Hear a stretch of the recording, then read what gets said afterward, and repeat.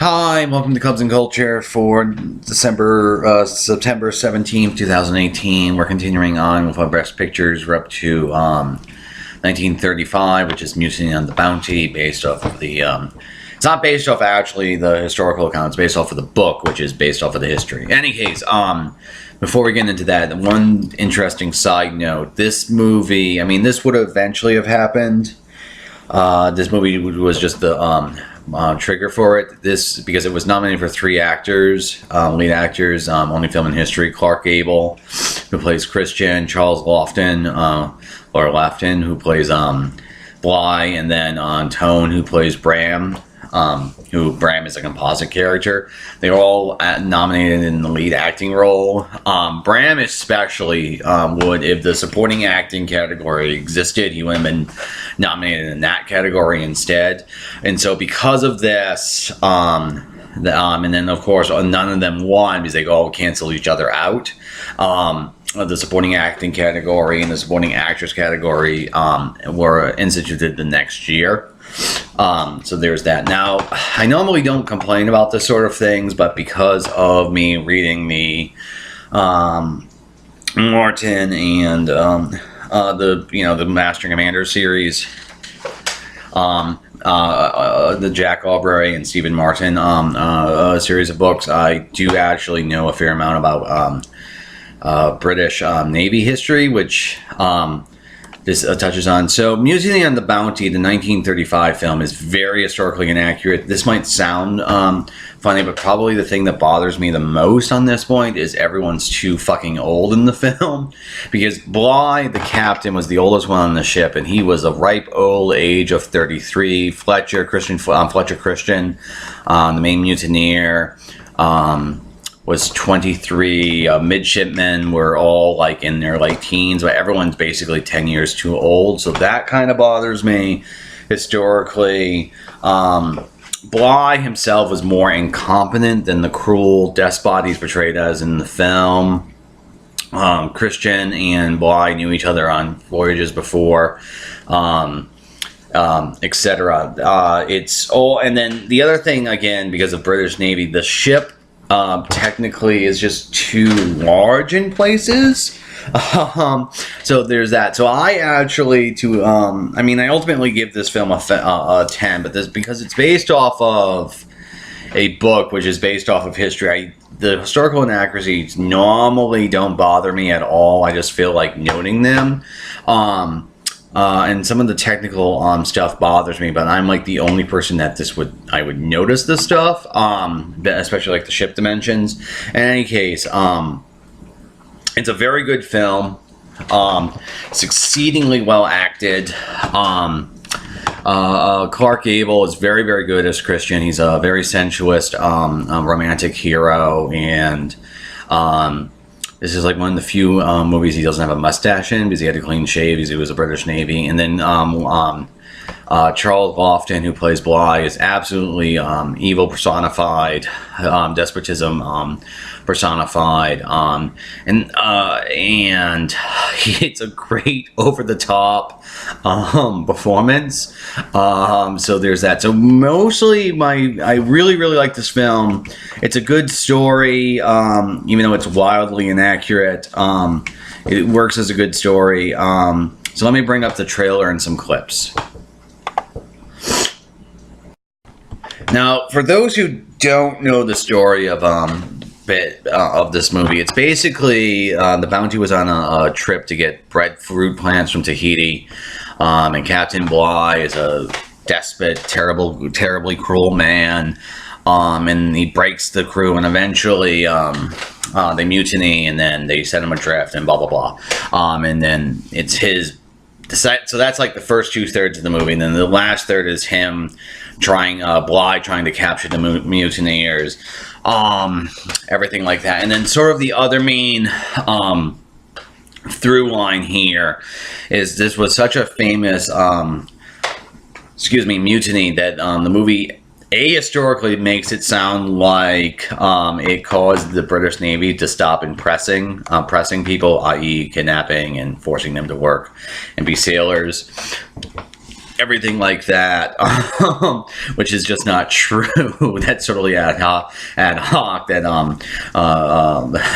that no, there was not a better understanding between officers and sailors because of the mutiny on the Bounty. Anyway, one of the through lines I really like in this film is this character Roger Bram, who's again a composite character, is a midshipman, which is basically an officer in training. He sort of has a coming of age story where he's kind of caught between the two poles of Fletcher Christian, who is the main mutineer played by Clark Gable, and Bligh. And Bligh represents sort of totalitarianism, despotism. To use a D&D term, he's lawful evil. Whereas Fletcher Christian is sort of the polar opposite, where he's sort of chaotic. Again, to use a D&D term, he's sort of the chaotic good, where he represents like liberty and licentiousness and everything like that. And then there's also just as a point of reference, because they go to Tahiti, there's a whole series of where they use native, allegedly indigenous actresses, which I don't really believe that it was.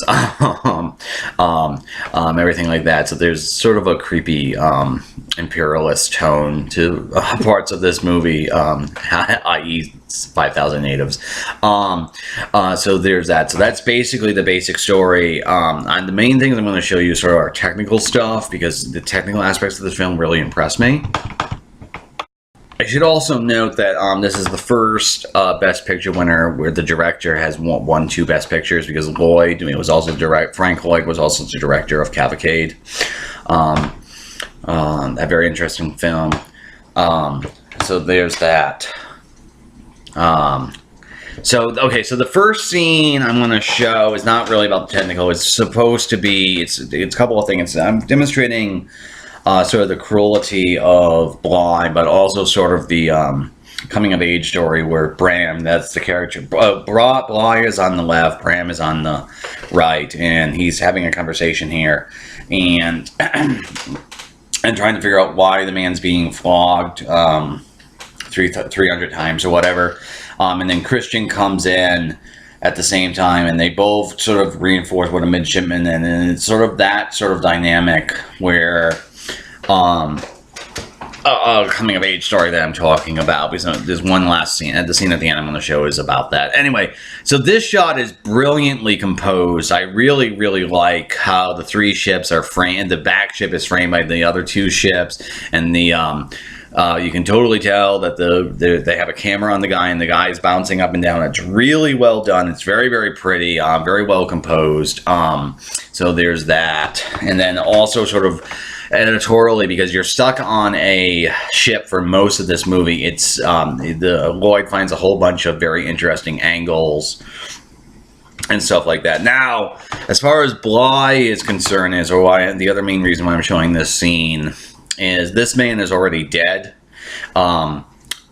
because he's being flogged for striking his captain, and Bligh is going to order them to give out the 24 lashes or whatever, in terms of even despite the fact that the man's already dead. The thing is, Bligh never, this really works to me, because it really is a lawful evil thing. Well, it doesn't matter he's dead. He still needs to be flogged 24 times because he struck his captain. The thing is, that never actually happened. The real Bligh didn't do that. In fact, his floggings were, on average, was less than the average ship. Again, so he was more incompetent than anything else. I also like the slow burn here with the mutiny, because there's already rumblings and they haven't even left port. And again, Bram's going to protect the person, but then he sort of stands up because the captain tells him. Okay, so then the other little bit of this scene I want to show is then when the taking off, and again, it's more or less how he keeps the camera alive, and this scene is very, very exciting. Okay, and again, going back to the whole two things, Bram has a bit with the captain, and then he has a bit with Christian, trying to figure out exactly who he should listen to, which is a really cool story structure thing. And again, I really like how the camera here is alive in the editing scheme. It really feels like the ship is being launched. And again, he does a really good job, Lloyd, of keeping his camera alive and keeping the shots varied between close-ups and mediums, and then just interesting angles like that. Okay, so the next scene, Bram is being punished because he got into a fight with another midshipman, and I'm mostly showing it for the technical aspects because obviously it's not fully filmed at sea during a storm. It partially is, but some of it's studio work, and even though it was from 1935 and the waves and shots like that are obviously staged, they're still relatively effective.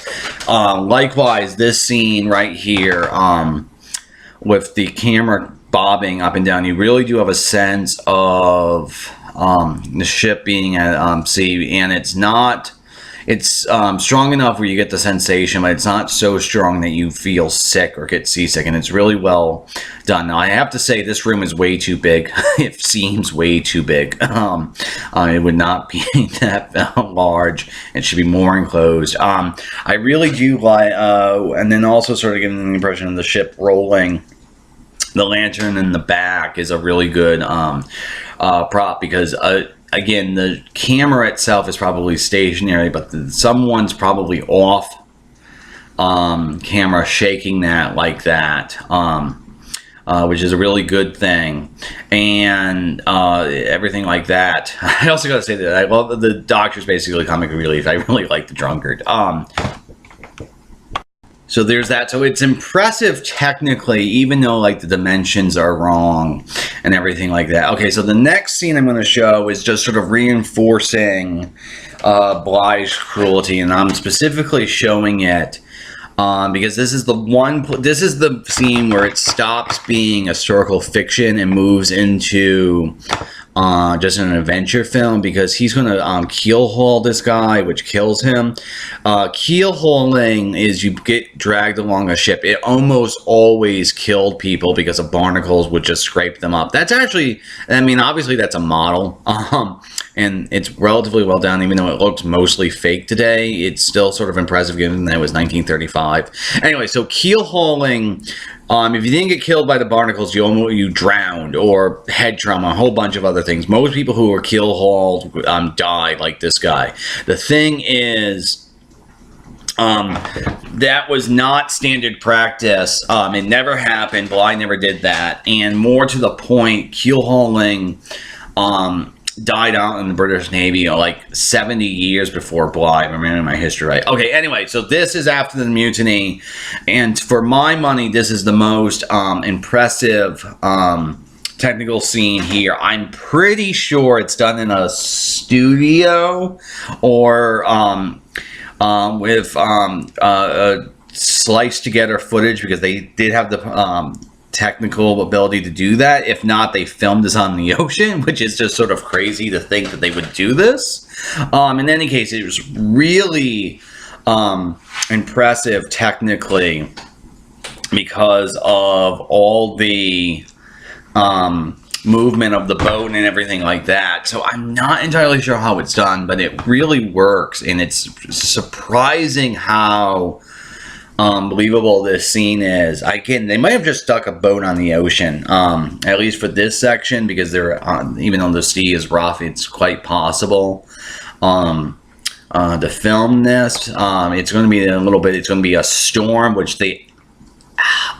I gotta look into this. They probably would not send their actors, especially the main actors, just because of insurance reasons. And it's the shots are so close of them bailing that I'm sure it's fake. And then also the boat itself is far away when it's a far shot. There doesn't seem to be people on it, so it's really well done for the time period, and I'm very, very impressed with this. I mean, today it would be CGI and everything like that, and it's sort of really engaging because you're like, oh shit, these guys are actually about to die. And so there's that, and it's really this sort of direction, which is really technically polished, that makes this film a very good adventure film. Is it really feels like you are on the bounty and everything like that. So anyway, so this is the last scene, and I want to show you. This is Bram, and the Dirk indicated that he was condemned, and so he's going to have a speech here, and it's really the thing I was talking about, him trying to split the difference or come up with his age of between sort of the lawful evil Bly and the chaotic good Christian. And this is Tone, and he's the one who was nominated. It is actually a supporting role, but this is why he was nominated. It's a very good scene, because the Mutiny on the Bounty, the film, is justifying the mutiny because Bly was so cruel and despot, and he like stole cheese and everything like that. And I really like the story structure of the coming of age midshipman in a court of law, basically condemning both Christian and Bly, and then trying to split the difference of obeying the law, but not being not being cruel about it. Proper duty, not despotism, and it's a really cool thing to have this sort of story character. Again, Bram is a composite character. He's mostly based over this guy named Haywood, whose father was dead, so that's totally ahistorical. Everything like that, and there's not like press gangs and being pressed into service still existed after the Mutiny and the Bounty, so that's total bullshit. But anyway, this character of splitting the difference between despotism and licelessness is a really it's a very British thing, but it's also sort of thematically powerful, and I really like this performance of this speech, because it is it's not like it's about splitting the difference, but it's not really on point, and it's mostly subtext, which is very clever writing and everything like that. And it's also sort of a rousing speech, and I really like how the film sort of deftly handles this, because the main character, the hero of the piece, is a rebel, and in actual life he enslaved Tahitians and everything like that, and Fletcher Clearston was not a good man in real life, but and right, like Captain Bligh was not an evil man. He was just in real life incompetent, and so everything like that, it ends up, this scene sort of justifies the inaccuracies because it makes the movie like a adventure morality play. In any case, so this has been Cubs and Culture, Mutiny and Bounty. This is another really strong one, early strong one. In any case, that will be it for Cubs and Culture. Have a good day. Out. Cubs are doing fine. They're up in the division. I'll talk about that tomorrow.